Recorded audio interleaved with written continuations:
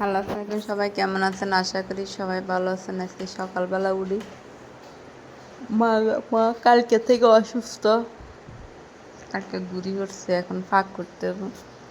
তো আজকে রান্নার কিছু নেই, হাঁই ছাড়া কড়া তুলিয়ে নিলাম, আবার করলা কড়াও এনতে নিলাম। সকালবেলা নাস্তা বানাইলাম, নাস্তা খাইতাম, বসলাম, রুটি বানাইছি আজকে। এখন মিনি এনে বসে দিয়েছি, মিনিরে মাংসটা দিয়ে দিয়েছি, আমি এটা খাইছি। এরপরে হাঁটি তরকারি নিয়ে চলে যেতেছি মা গো বাড়িতে। তরকারি কিনতে হাঁই ছাড়া নিয়ে চলে যেতেছি, আবার গাছে পড়া করলা আছে, এগুলো লইছি, এগুলো লইয়া চলেছি। এখন দাইয়া ফাঁক বয়সি বৃত্ত গুঁড়ে নিলে ফাঁক করতে হতো না। তো হিয়েস্টি করি করলা 2-3 গে আলু একটা দিয়া, করলা 2-3 পিস আলু একটা দিয়া, তো এগুলা বাদে বইয়ে দিছি আর ভাত রাঁধতেছি। ওটি গুঁড়ানি উড়ি কালকে অজ্ঞান পড়ে গেছে না। তো আজকে আমি কই আন্নে শুয়ে থাকেন, আমি ফাঁকাইলে ইয়ার পরে ইয়ার হাঁক বড়া আনছি, আদা মুসুরি হাঁকের বস্তা বানাইব।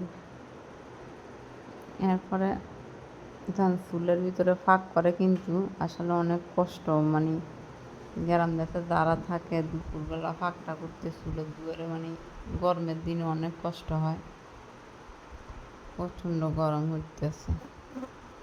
কিন্তু এটা বইরে সেটা ফাঁক করতে হলে চুলের দুয়ারে বই থাকে, এটার খানা দিতে বলি কি তাদের চাইব কেন বইছে এনে বই থাকে। তো যে এখান থেকে দেখতেছেন ভিডিওটা, সবাই ফলো দিয়ে দিয়েন, সবাই পাশে থাকেন। যারা যারা ভিডিওগুলো দেখবেন সবাইকে অনেক ধন্যবাদ, যারা ফলো দিচ্ছেন সবাইকে ধন্যবাদ। যে যেখান থেকে দেখবেন সবাই পেজটা ফলো দিয়ে দেখবেন।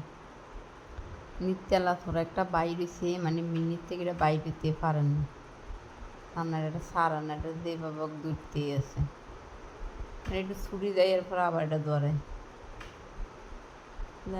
হাঁসের হাগের ভিতরে